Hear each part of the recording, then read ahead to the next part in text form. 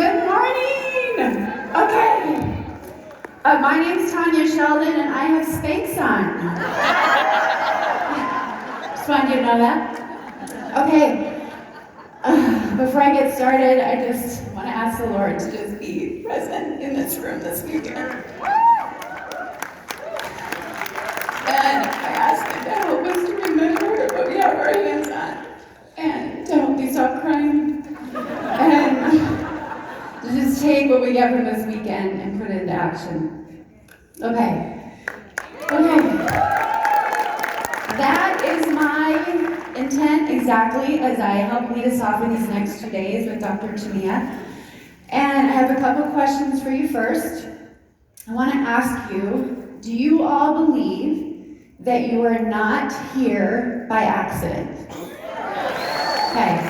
Do you believe that Life Vantage is not here by accident? Yes. Okay. God doesn't place something in our hands without placing a purpose inside of it, does He? Okay. Preach. I was asked to speak about excuses that have held me back, and I did not have to think very long because, look, I don't like excuses.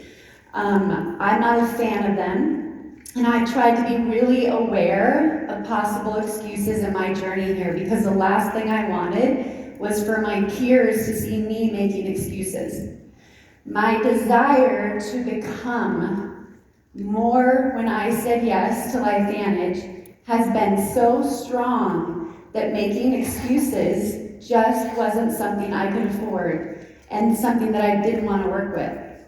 So rather than making excuses, I said yes to every shot that I got. I said yes to things that made me very uncomfortable. I got in front of the room, even though I cried. I did the Zoom or the presentation, even though I felt like I would throw up. I said yes to teaching, even though I didn't feel equipped. And I went to events even when I didn't feel like it. And I made the calls and I sent the invites, even though I was afraid. Look, when we have excuses, what's underneath all of that?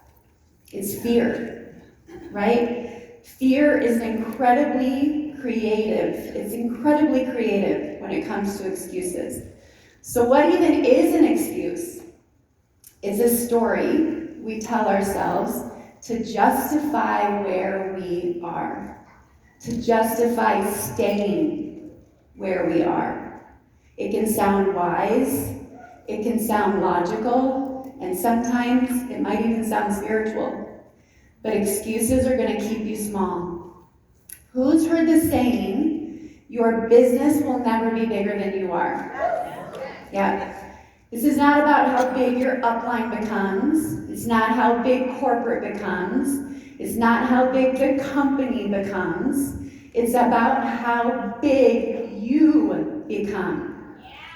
Now, I stood on this stage a couple of events ago and I told you about getting to executive in 4 years and then suddenly shrinking and playing small, playing to not lose, playing to stay steady and to just hold on to what I created.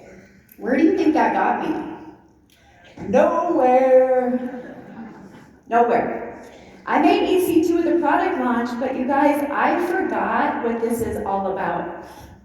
This is about becoming. We are here, there's my kid. Helps me out there. We are here to become, and so is this company. You have got to stop putting a cap on your thinking and what you think is possible.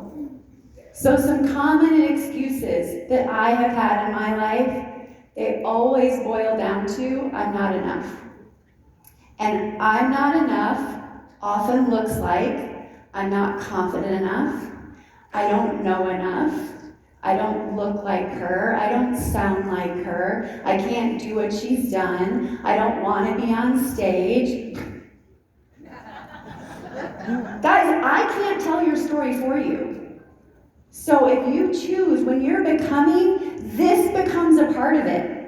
People need to hear your stage. I'm not going to tell your story for you. This is a part of it. That's a part of the becoming. Those excuses of I'm not enough, I don't sound like her, I don't look like her, they have cost me 7 opportunities before I found my advantage. 7 flippin' times I quit because I believed I wasn't enough. And I'd say things like, I'll just wait for someone else to do it. I'll just look and see who's doing the Zoom this week. I'll wait for them to put the shareable together. I'll wait for them to create the home meeting. Your business will never be bigger than you are. Borrowed belief is going to get you started, but it's not going to sustain you. At some point, you have to stop waiting on other people, and you have to start building your own belief. And you can't outsource conviction. You can borrow someone else's excitement, but you can't borrow that fire that carries you when it's quiet, when it's hard, and when no one's around. Conviction has to be built in private, and that comes from you building your own belief, your own prayer, your own decision to do the hard thing. So these excuses, we know, again, the real underlying problem is the fear of not being enough. And you guys, as long as I believed that I wasn't enough, I gave myself permission to not show up, to not do the meeting, to not make the call, to not do the invite. We've got to change our dialogue. Changing your language will change your behavior. And what you repeatedly say is what you repeatedly are going to see. Remember that. There's magic waiting for you. So how do you overcome it? How do you overcome the excuses that are holding you back? You remember why you said yes in the first place. What was that calling? What was that burning desire you had that made you say yes when you first started? It's doing the hard thing. Calling says, I'm going to do the hard thing despite, because I know that I'm here for a reason.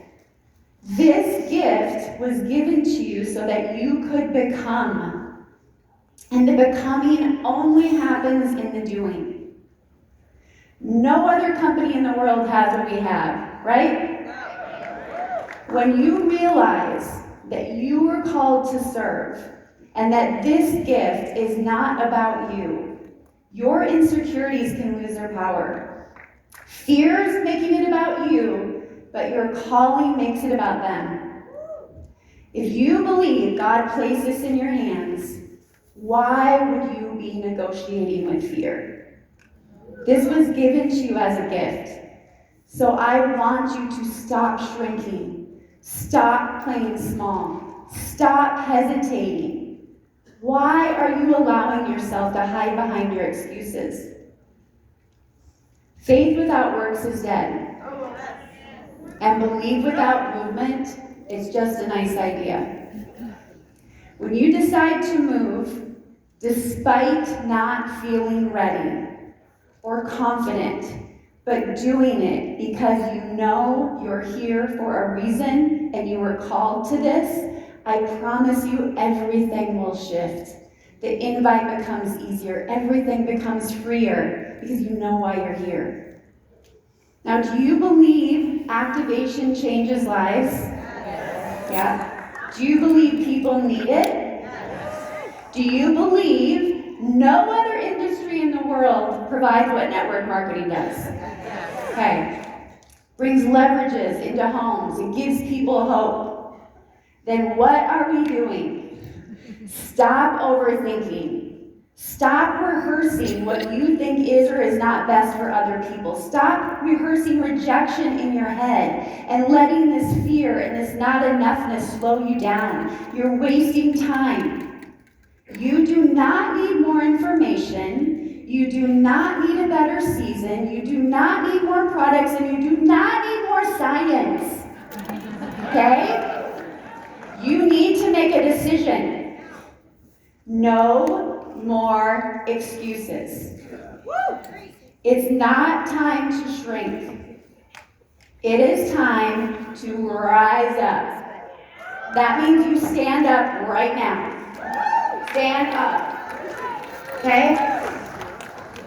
Thanks. I want you to stop looking at what you're missing. I want you to start stewarding what is in your hands. Your business will never be bigger than you are. So I want you to grow. I want you to invite. I want you to do the hard thing. I want you to speak when you don't feel like it. I want you to speak when you're going to cry. I want you to speak when you feel like you're going to throw up. Someone out there needs you to stop hesitating. I am done negotiating with my excuses. Are you? Okay. I love you, LifeVantage. And when you came in this room today, you clocked in. Your time card is in the slot. So you stay in this room, you keep your butt in the seat, you pay attention, don't talk to your neighbor. That store should be empty while people are on this stage. Because there's a message for you this weekend to grow, and there is magic that lies ahead for you in these next few minutes. Come on. So pay attention this weekend, stay engaged, and allow yourself to become. Okay.